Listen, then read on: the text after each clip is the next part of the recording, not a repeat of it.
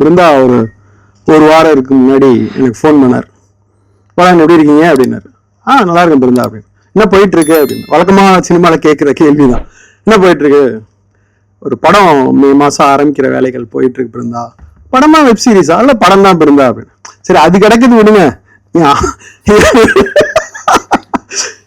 கவிதை book release இருக்கு, நீ சும்மா மேடைக்கு வாங்க, லிங்குசாமி கொடுப்பாப்புல, நீங்க மட்டும் வாங்கிட்டு மட்டும் போயிடுங்க அப்படின்னு.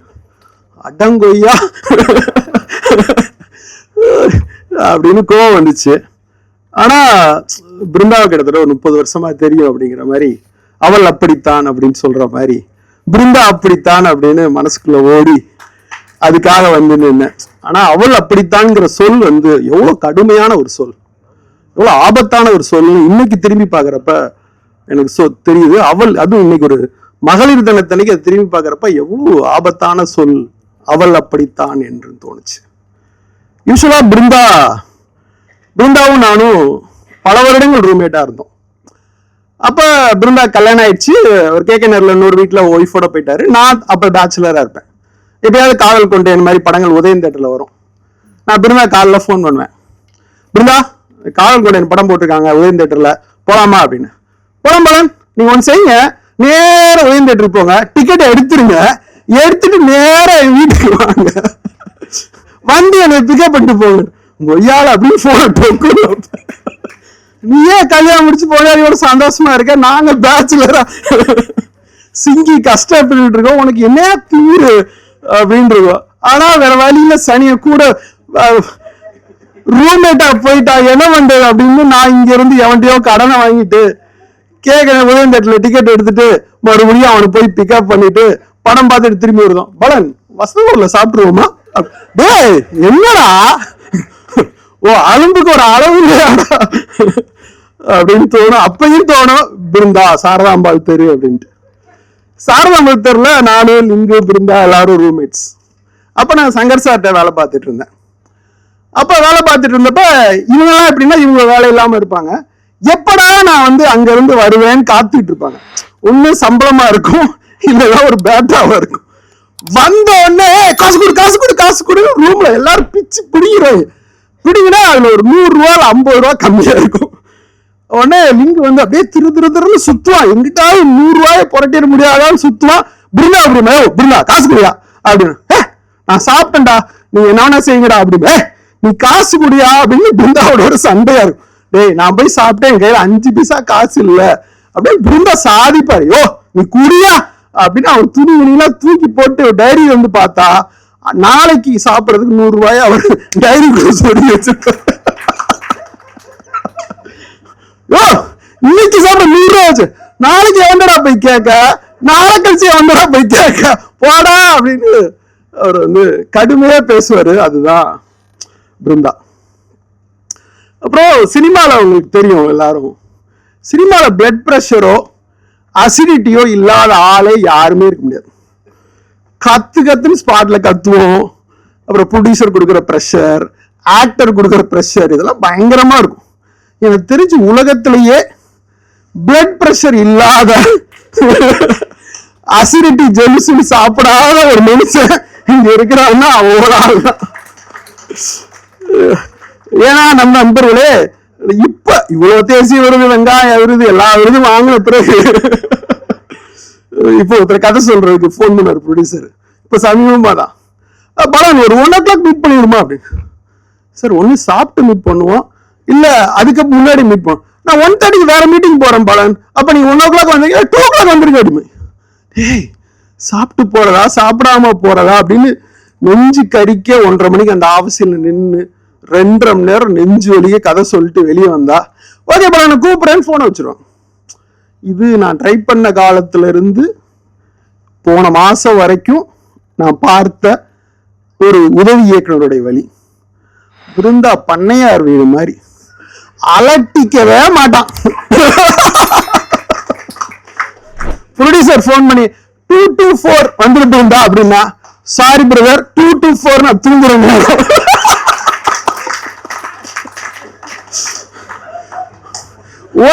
10 to 12 கதையை கேளு, இல்ல 4 to 6 கதையை கேளு. 6 மணிக்கு மேலேயும் நான் சாரி பிரதர் அப்படின்னு சொல்லுவான். டேய் என்னடா ஏவீஸ்வரன் இருக்கிறப்பவே இப்படி சொல்லுவான்.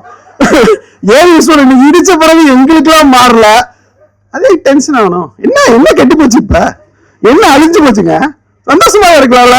இதுக்கே நெஞ்சு வலிக்க அந்த லிங்குசாமி எல்லாம் கதை சொல்றான், இன்னும் நெஞ்சு வலிக்க. இத்தனை அவார்டு வாங்கிட்டான், அப்படி அப்படி அப்படி இவ்வளவு நாள் கதைன்னு சொல்ல வேண்டியதானே அப்படின்னு. ஐயோ, வீட்டு வாடகை கட்டணும், இஎம்ஐ கட்டணும், அவன் ஒத்துப்பானா ஒத்துக்க மாட்டான். என்ன கவலைப்படுற, பதட்டப்படாதியா, சும்மாரியா, டென்ஷன் பண்ணிட்டு இருக்கீங்க நீங்க அப்படின்னு. எதையுமே டென்ஷன் இடிஞ்சு அங்க விழுந்தா கூட கேஷுவலா அப்படின்னு சொல்லிட்டு இருப்போம். அதுதான் அந்த பிருந்தா. எப்பயுமே நாங்க எங்களுடைய முதல் கதையை பிருந்தாவோட முதல் கதை எல்லாருக்கும் இன்னைக்குதான் காற்றின் வரைபவனா அந்த கதை உங்களுக்கு தெரியும், கவிதையா. ஆனா அந்த கதை ஒரு 25 வருடமாக 30 வருடமாக பிருந்தா மனசுக்குள்ள இருந்த கதை. நானு, லிங்குசாமி, ரூம்ல இருக்க நண்பர்கள் எல்லாரும் சேர்ந்து பிருந்தாவுடைய முதல் கதையை பேசியிருக்கோம். என்னுடைய முதல் கதையை லிங்கு பிருந்தா இரவு முழுக்க விழுந்து விழுந்து விழுந்து பேசியிருக்கோம். லிங்குசாமிக்கெல்லாம் இண்டஸ்ட்ரியே பேசிச்சு அந்த கதையை, முதல் கதையை. கூட்டிட்டு போய் அவர் வீட்டுல வச்சு, லிங்குலாம் என் வீட்டுக்கு விருதுநகர் கூட்டு போய் வீட்டுல சாப்பாடு போட்டு கதையை பேசி அப்படின்னு 3 பேரும் ராத்திரியும் பகலுமா கவிதையுமாக இலக்கியமாக அந்த கதையை பேசியிருக்கோம்.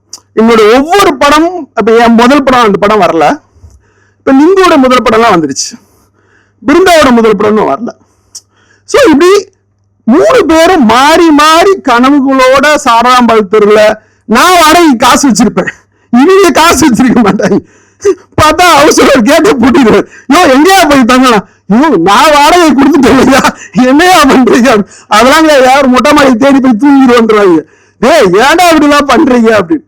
இப்படி ஒரு ஒரு சோ ஸ்வீட்டான ஒரு காலம் இன்னைக்கு திரும்பி பார்த்தா அவ்வளவு பியூட்டிஃபுல்லா இருக்கு. ஒருவேளை நான் எழுதணும்னு ஆசைப்பட்டா சாரதாம்பாள் தெருவினுடைய கதையை ஒரு நாவலாக, அதுல நடந்த குட்டி குட்டி சம்பவம் எல்லாம் நினைச்சு கூட பார்க்க முடியாது, அவ்வளவு பிரமாதமா இருக்கும்.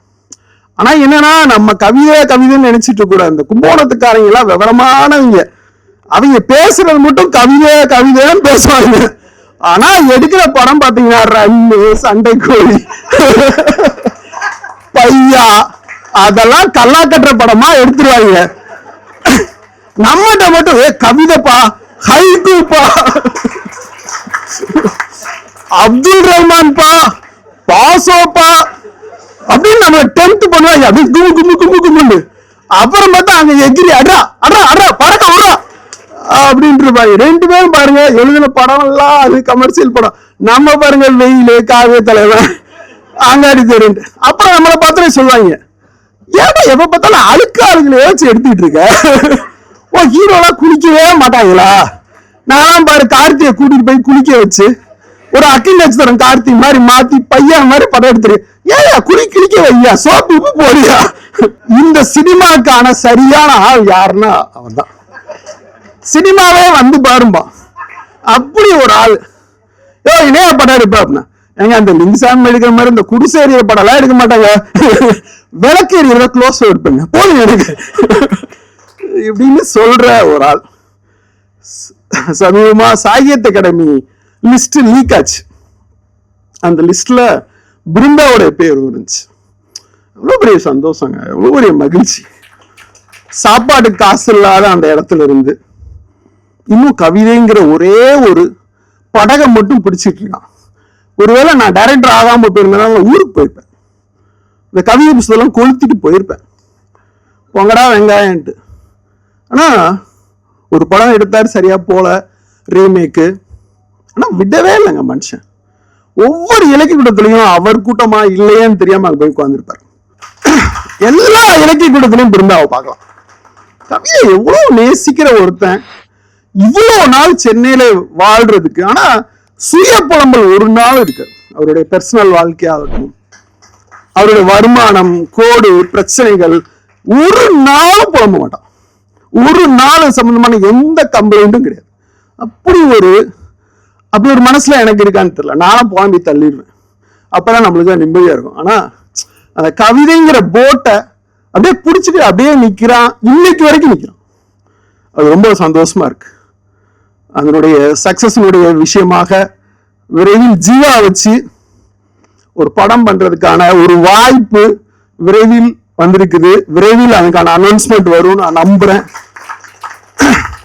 அந்த வார்த்தையெல்லாம் கேட்டோன்னே எனக்கு ரொம்ப மகிழ்ச்சியா இருந்துச்சு. போய் மறுபடியும் அந்த டிஸ்கஷன்ல போய் வேலை செய்யணும். அவன் ஷூட்டிங் ஒரு அஸ்னேட்டராவது ஒரு குப்பையை பெருக்கணும். ஏன்னா அவன் பெருக்க மாட்டான், வேலை செய்யணும் அப்படின்னு தோணுச்சு. அப்படி ஒரு நாள் பிருந்தாக்கு வரணும். அந்த நாள் என்னுடைய மகிழ்ச்சியான நாளாக நான் நினைக்கிறேன். ரொம்ப மகிழ்ச்சியான நாளாக நினைக்கிறேன். ஸோ இந்த கவிதை புத்தகத்துல சில வரிகள் எனக்கு ரொம்ப பிடிச்ச வரிகள். அதை அந்த மேடையில பகிர்ந்துக்கணும்னு ஆசைப்படுறேன். அதுல ஒரு கவிதை லைனு, உலகத்துக்கு கடைசியாக வந்த மனிதன் உலகில் தோன்றிய முதல் உயிரையும் கொல்வது என்ன நீதி அப்படிங்கிற ரொம்ப அழகான கவிதை. உலகத்துக்கு கடைசியாக வந்த மனிதன் உலகில் தோன்றிய முதல் உயிரையும் கொல்வது என்ன நீதி அப்படிங்கிறது சூழியல் சம்பந்தமான எவ்வளவு பெரிய கேள்வி. இன்னொரு கவிதை, வானம் தொடுவது இருக்கட்டும், வானில் பிறந்தாலும் மழை துளி போல் மண்ணை தொட வேண்டும். வானம் தொடுவது இருக்கட்டும், வானில் பிறந்தாலும் மழை துளி போல் மண்ணை தொட வேண்டும். அப்போது சில வேர்களை நினைக்கலாம், பின் துளிராக முளைத்து வான் நோக்கி வளரும் கனவை தொடரலாம். அப்போதே ஒரு முடிவை எடுத்தேன், வானம் தொடும் என் கனவை மேகமாக மாற்றும் முயற்சியை மாற்றிக்கொள்வது அப்படின்னு அந்த கவிதை முடிகிறது. யானை பற்றி என்னெல்லாம் சொன்னாங்க, யானை பத்தி எவ்வளவு நாள் சொல்லிக்கிட்டே இருக்கலாம். இயற்கையின் பிரம்மாண்டத்தை கடல் முன்னாடியும் யானை முன்னாடியும் நம்ம பார்த்துக்கிட்டே இருக்கலாம். கோயிலுக்குள் காட்டை கொண்டு வருகிறது யானையின் பிளிரல் சத்தம். அற்புதமான ஒரு கவிதை. எவ்வளவு பெரிய நம்பிக்கை, யானையின் நிழலில் உறங்கும் பாகன் அப்படின்னு எவ்வளவு அழகான கவிதை. இது எல்லாத்தையும் சொல்லிட முடியும்.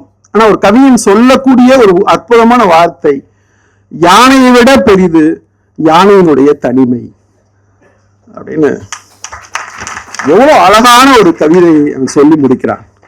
இந்த மொத்த கவிதையில எனக்கு பிடிச்ச வரிகள், எனக்கு பிடிச்ச தத்துவம் அப்படின்னு நான் மொத்தமா பாக்குறப்ப என்ன தோணுதுன்னா, பிம்பச்சிறை நீங்க ஒண்ணு நினைக்கிறீங்க, பட்டம் வானத்துல உயரத்துல பறந்துருதுன்ட்டு, பறவையும் பறக்குது, ஆனா அந்த பறவை கீழே வருது.